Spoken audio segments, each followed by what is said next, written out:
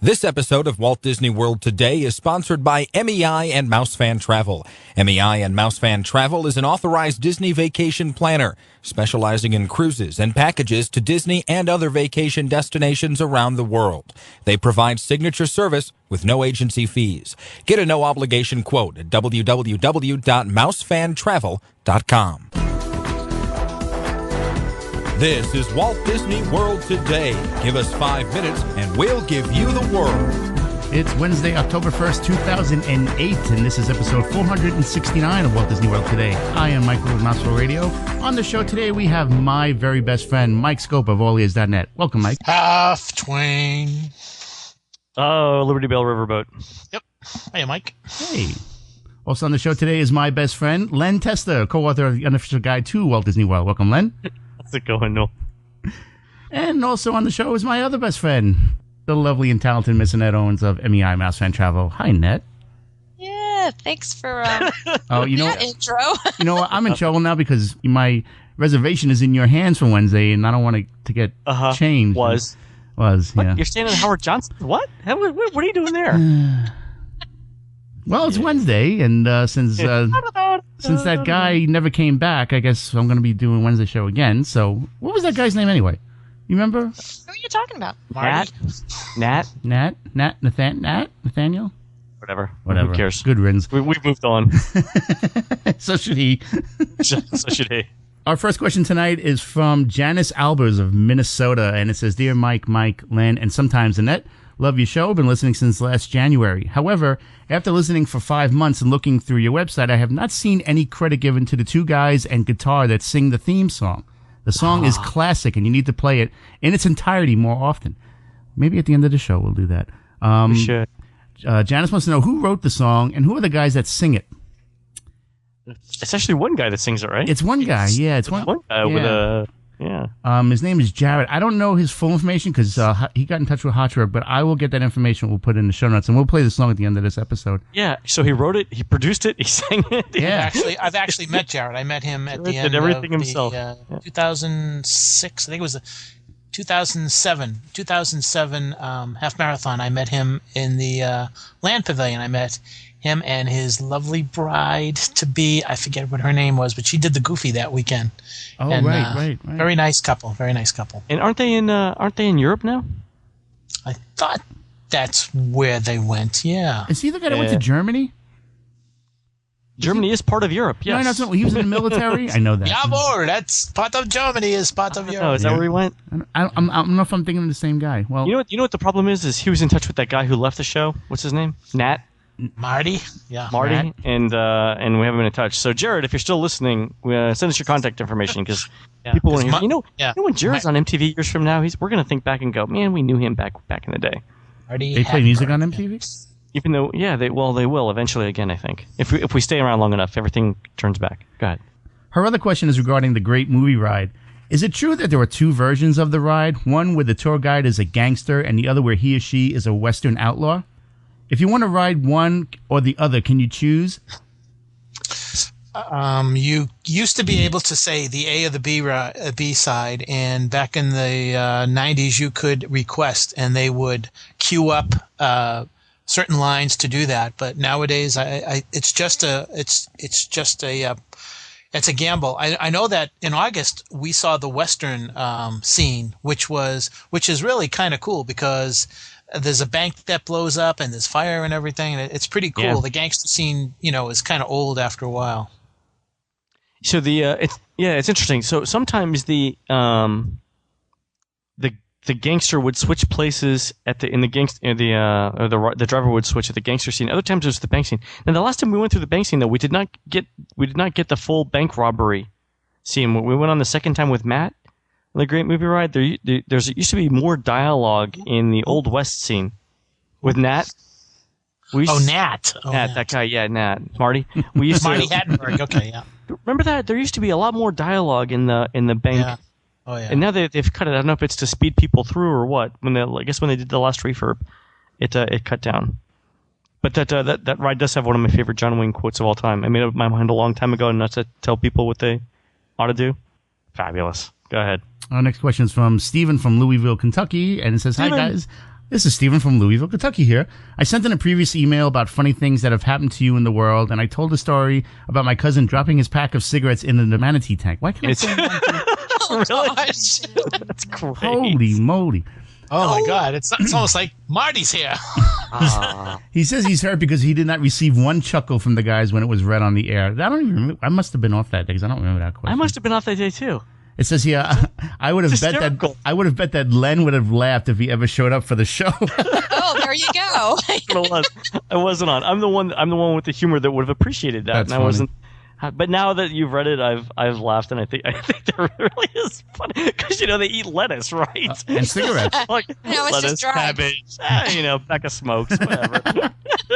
It's tobacco leaves. It's That's true. Stephen also writes, but alas, that is not what this email is about. I'm heading down to the world in the fall, September and October, for the Food and Wine Festival and Not So Scary Party. It will be just me and my girlfriend, both over 21. Any suggestions on how to make this trip memorable for her and yet new for me? It is her first trip and my, 20th. I just don't want to be like, hey, we should go do this. It's fun. Or, hey, this stinks. Let's pass it all week. I want to be fresh for the both of us. So I think, so there's two things you can do. One is if you know a little bit of trivia about the rides as you go in, you can give her some of the backstory about why it's important or why it's significant or what was going on around it. So if you can provide context going into the ride, I think that's always helpful. So a book like the Lou Mongello Walt Disney World Trivia Book, Volume 1 or 2. Hidden Mickey's too. Hidden Mickey's is a The good Hidden one. Mickey's is also a great idea. That's where I was going to go with the other one. And that both of those ideas, I think, beat out my third idea, which was to eat or drink until you throw up, which would make it memorable, for sure, but probably not where you're going for. Go with the books first. Certainly not fresh. Really Well, not third, you go eat Listen. and drink around the world. There you go. drink around the world. Yeah. So if the book thing doesn't work out, if you find that she doesn't like trivia and she doesn't like Hidden Mickey's, then start drinking. Our next question is from Kirsten Madison of Albany, New York, and says, hi, guys, we're visiting... Albany, New York. Go ahead. Albany, Sorry. New York, you're on the air. We're visiting Walt Disney World soon and have a 5-day Magic Your Way ticket with water parks and more option. Will we be able to use our 4 water park admissions after all the theme park admissions have been used? We'd like to visit a water park the day after we use our final theme park admission. Yes. So Yes. it's the 14-day thing. As long as you do it within 14 days of buying of using it the first time, yes, you can use as many as you want. Our next question is from Bonnie Cola of Akron, Ohio. Hey, I was wondering if Walt Disney World will ever bring back the Main Street Electrical Parade to the Magic Kingdom, or will it always be Special Magic? That's a good question. Do we know where it is now? Is it in Paris? Japan? Paris? Oh, I don't...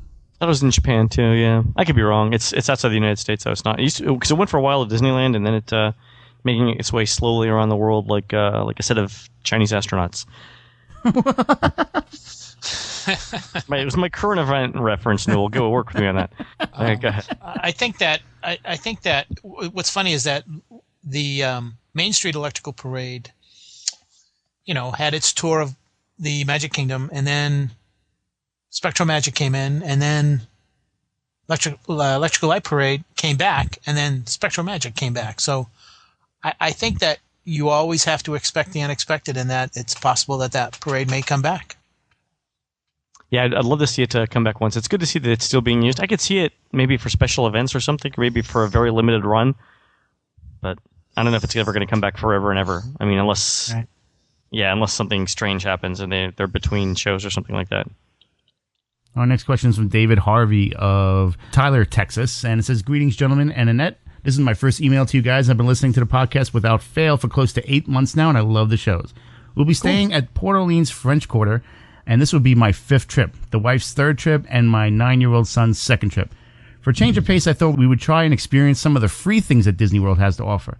One event we are considering is to go over to the Polynesian and witness the torch lighting, and then hang around, maybe take a swim in the pool, and then catch the electrical water pageant, followed by the Magic Kingdom fireworks from the Polynesian beach. My question is, what do I tell the gentleman or the lady when we drive up to the gate at the Poly? When all else fails, try the truth. And so just say, hey, look, I might go. I'm here for a cup of coffee, maybe to grab a snack, but really I'm here to watch the torch lighting and see how pretty everything is with my son, and then see if that works. That should be just fine. Wouldn't you say so?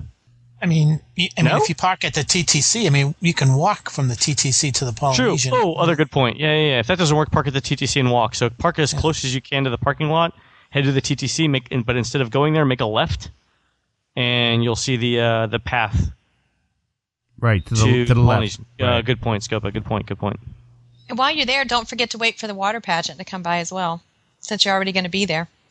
Yes, another good point.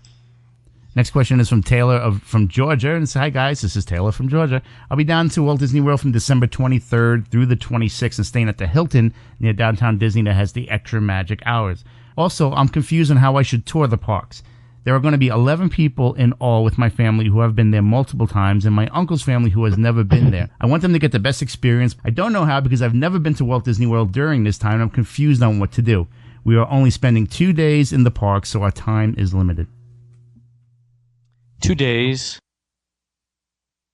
Which parks? I was thinking maybe doing a full day of Magic Kingdom, then split the other day with Epcot in the morning and Disney's Hollywood Studios in the evening for extra magic hour. Wow. Then it says here, also, I thought maybe we could do Magic Kingdom in the morning each day, then Epcot one night and Disney's Hollywood Studios the other night. It's an interesting question, Mr. Scopa.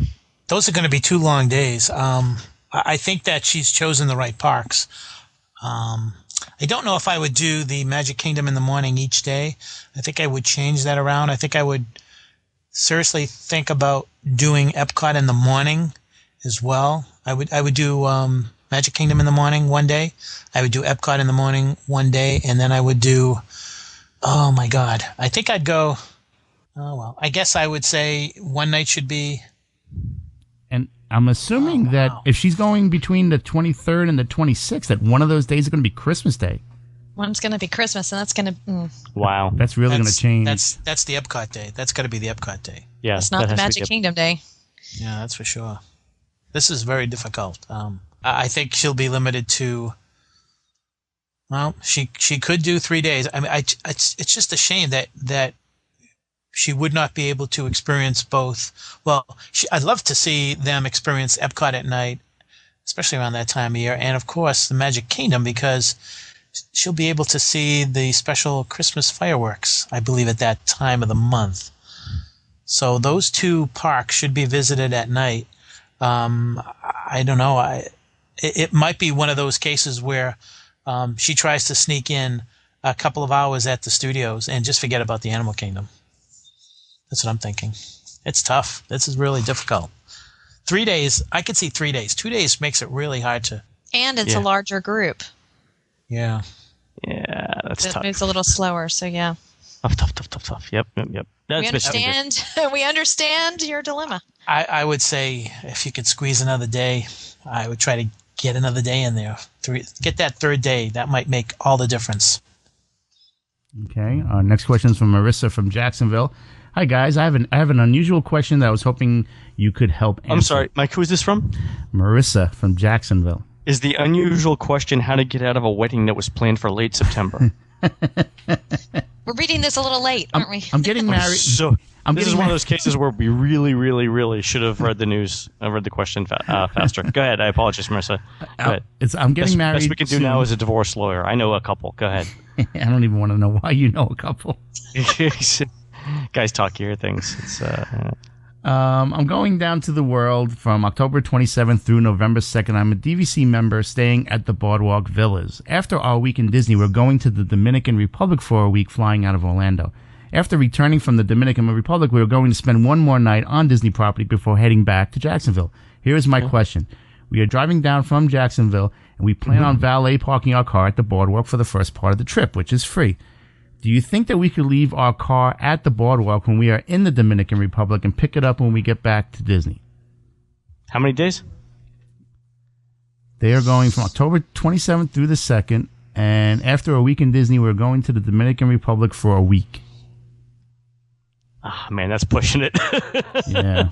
That parking pass on your windshield's going to say what day you're checking out. I mean, that's the thing. So, you know what you could do? You could valet park it and just and then just pay the fee and explain what you're doing there. But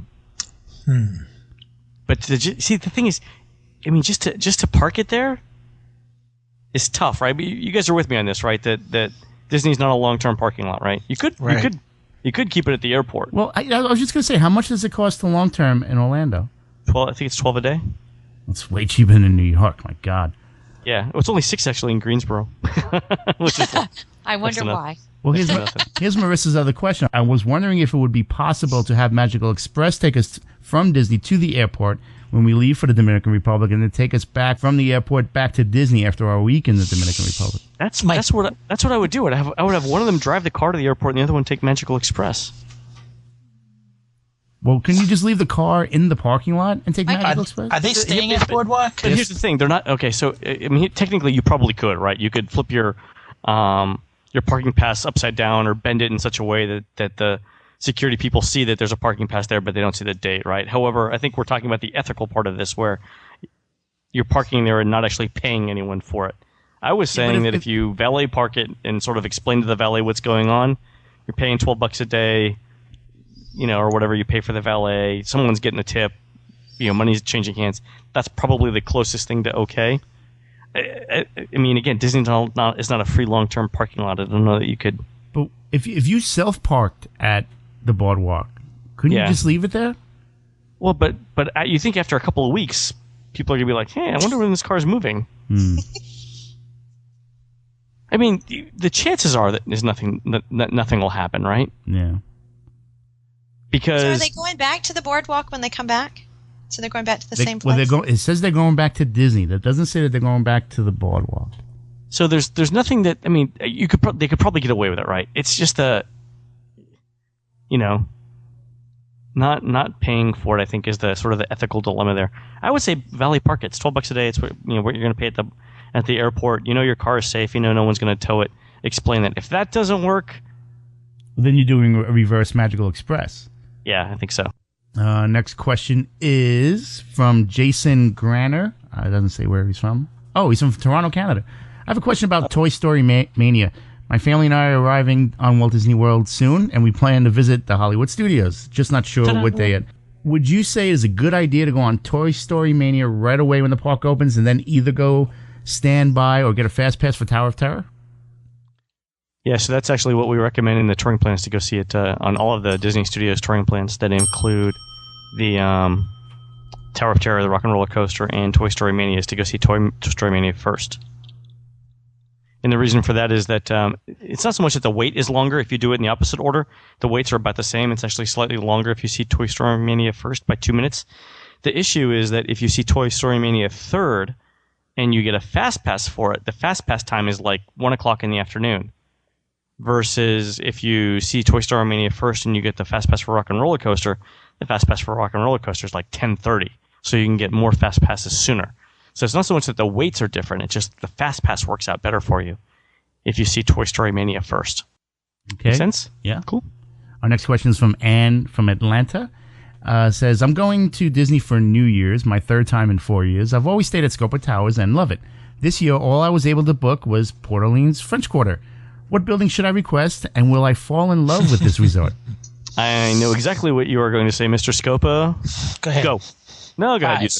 Building 5, and yes, you will fall in love with it, especially if you are a jogger. Definitely a very romantic Me and you. resort. It's very nice to walk along the Sassagoula River. Sassagoula. Say that again, you saucy man, you. Sassagoula. Sassagoula. Love it. Love it. You can love it. It's fabulous. You can take a boat to downtown Disney. You can walk over to You can take a walk on the wild side. walk over to what's the other part of Riverside? Riverside. It's a very, very nice resort, Of course, it doesn't You have get a beignet. doesn't have all the amenities that Scopa Towers has, but I think that you'll enjoy it, and it to a lot of people consider Port Orleans sort of a almost a semi-deluxe kind of a resort, because they just like the placement of it within Walt Disney World, and they really like the ambiance. I hope that answers the question. I wouldn't say it's a deluxe resort, but yeah, and it's the most popular. Semi-deluxe. Semi-deluxe. It's one of the most popular moderate resorts in Walt Disney World, along with Riverside. Both of them score above 90% in reader satisfactions. It's definitely the right choice. Our next question is from Monica of Edmonton, Canada. Well, hello, Matt, Mike, Len, and hopefully Annette. It is good to have a female on the podcast to keep you boys in check. Really? Woohoo! Thank you. She means besides Nat. Okay. You all bring a good mix. You all bring a good mix and fun to every show. Len's laugh reminds me of Barney Rubble from the Flintstones. She does. I never realized that. That's awesome. I'm so going to start doing that from now on. Now on to my question. We are a family of 5, 2 adults and 3 children who are 11, 8, and 7. Can we stay on property in a moderate or deluxe which sleeps 4, or will simply not allow it and charge us for the extra person? We do not want to hide that we are 5 because I know you need a key to the world card for everyone in your party. Plus, we do not want to get a bigger room because we are the type of family who does not stay in the room too much. Hopefully you can answer my question. Hopefully you can answer before we are 5 adults heading to the world. That's great. Thanks for all your time. Perfect. Annette, this is yours. Oh, being a family of 5, I understand your woes completely. Just head on over to Riverside.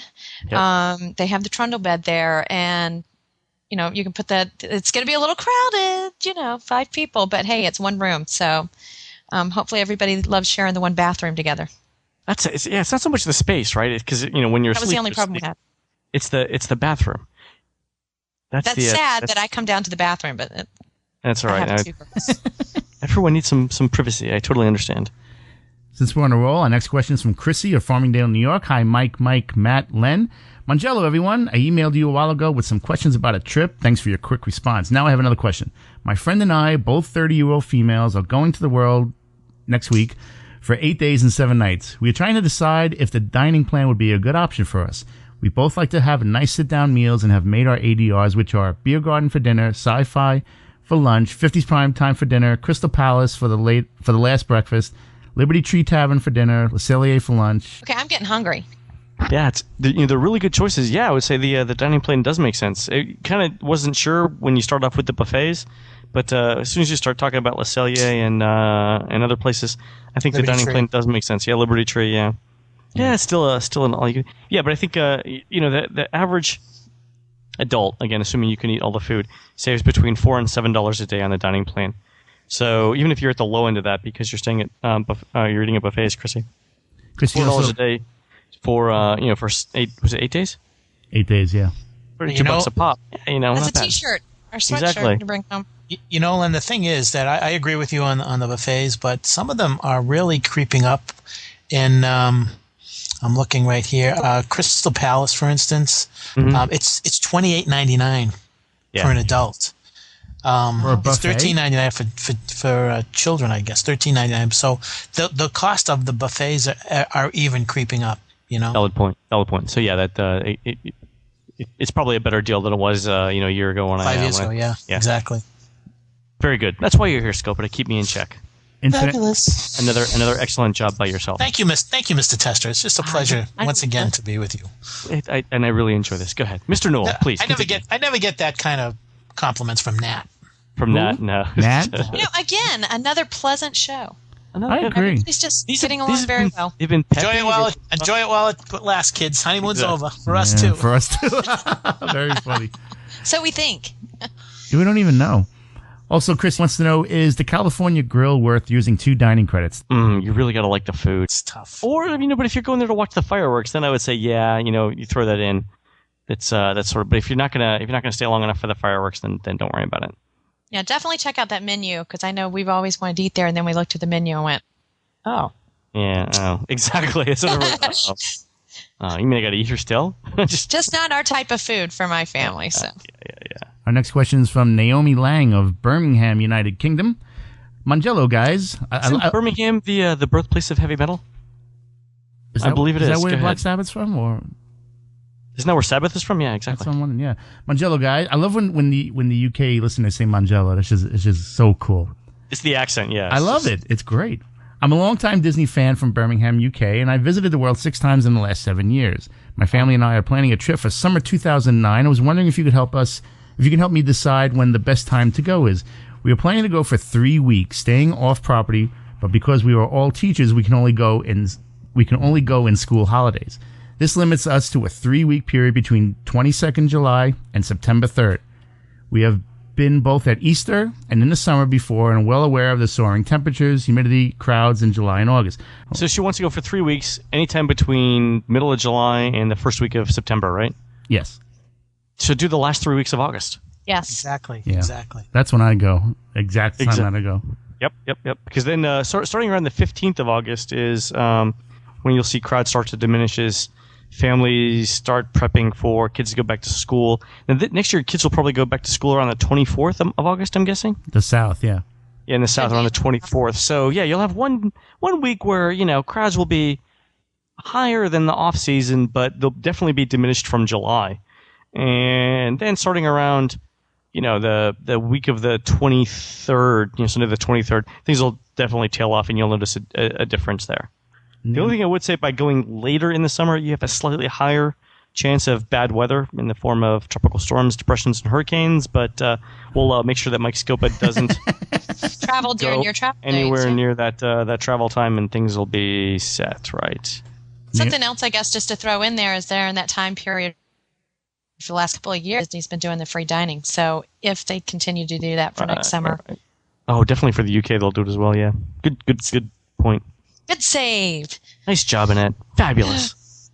That's why she's called the Fabulous Annette. Fabulous Annette Owens, exactly. Naomi Jens, love the podcast, and thanks for sending a little bit of pixie dust across the water to the British Disney geeks. All right, rock on. And it's, I say it's that time of the evening where...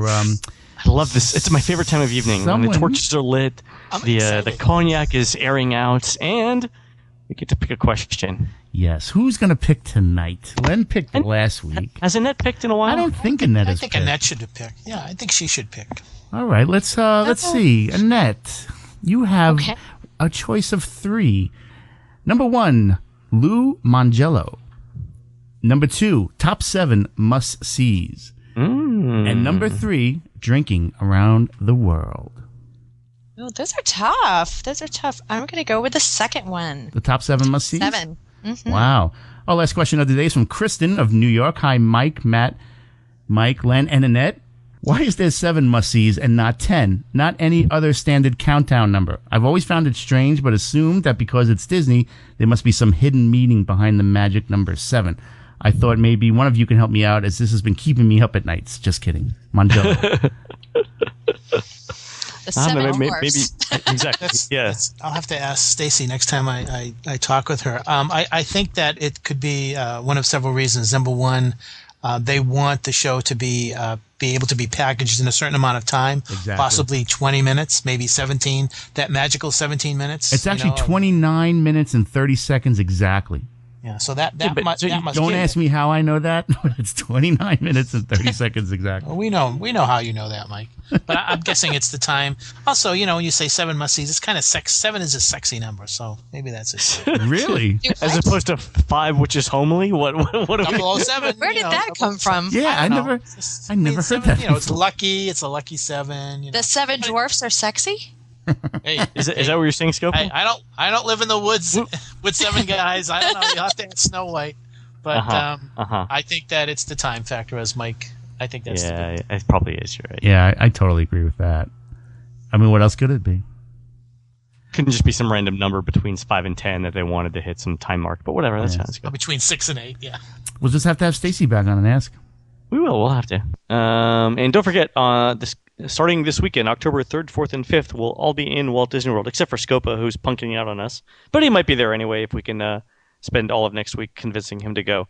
So we'll be there October 3rd, 4th, and 5th. That's Friday, Saturday, Sunday.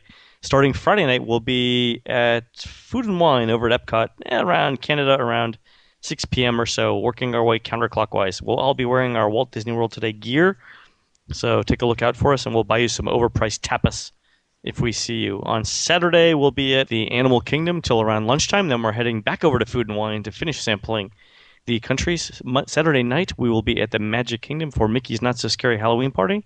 Sunday morning, we'll be over at the Animal Kingdom until around lunchtime. And then, I don't know about you guys, I'm heading back home. I plan on not sleeping very much and having lots and lots of fun. Again, I'll be wearing our Walt Disney World Today t-shirts, so if you see anyone walking around the park, slug first and ask questions later. There you go. That's it for us today. If you want to check out our older episodes or read our show notes, visit the Walt Disney World Today website at wdwtoday.com. If you want to send us a question, send it to questions@wdwtoday.com. For Len Testa, Mike Scopa, the fabulous Annette Owens, and Matt Hunchberg, I'm Mike Newell. We'll see you on the next show. This has been a production of Mouse World Radio. This episode of Walt Disney World Today is sponsored by MEI and MouseFan Travel. MEI and MouseFan Travel is an authorized Disney vacation planner, specializing in cruises and packages to Disney and other vacation destinations around the world. They provide signature service with no agency fees. Get a no-obligation quote at www.mousefantravel.com. This Sunday, it's the next Walt Disney World Today live call-in show. Get your questions answered fast by our panel of WDW experts. Tune in to Mouse World Radio at 8 o'clock Eastern Time Sunday night. You can also log into our chat room during the show at wdwtoday.com. The next WDW Today live call-in show, sponsored by allears.net, 8 o'clock Eastern, this Sunday, only on Mouse World Radio.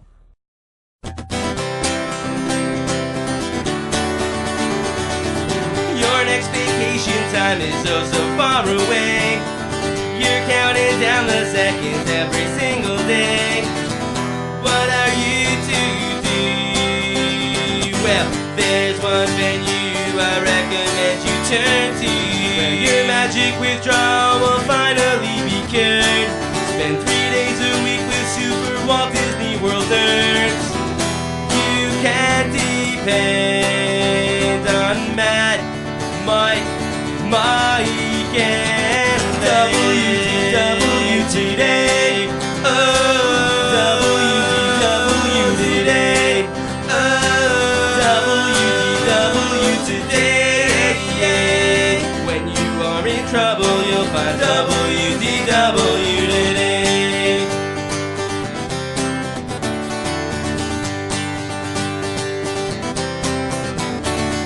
Len will sing Van Halen songs, and then he will provide plugs for touringplans.com and the unofficial guide. If we can dream it, then we can do it. Yes, we can. Yes, we can. Matt's still convinced that you move on the hydrolators and eat Salud Mangello for a box of Wonka bars. When you introduce your co-host tonight, get their websites right.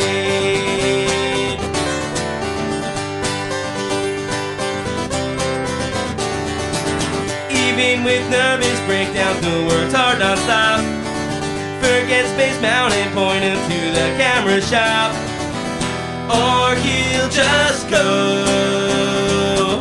next to that freaking bush to fill up Mouse World Radio. Dr. Scopa grew up in the Garden of Eden. He'd eat a Scopa special, then a Dole Whip in the sun. Skip Animal Kingdom and stay at Scopa Towers tonight. Unfortunately, Scopa is right. WDW Today. Oh, WDW Today. Oh, WDW Today. When you are in trouble, you'll find WDW Today. They'll send you to Narcoossee's table for two, you'll have fun. Oh, yeah. They'll bulldoze Chester and Hester and rebuild Horizon. Listen on Wednesdays and maybe you'll hear last year's questions. Oh. But that's just part of what makes this podcast the best one. WDW Today. WDW Today. WDW Today. Give them 5 minutes. At WDW Today.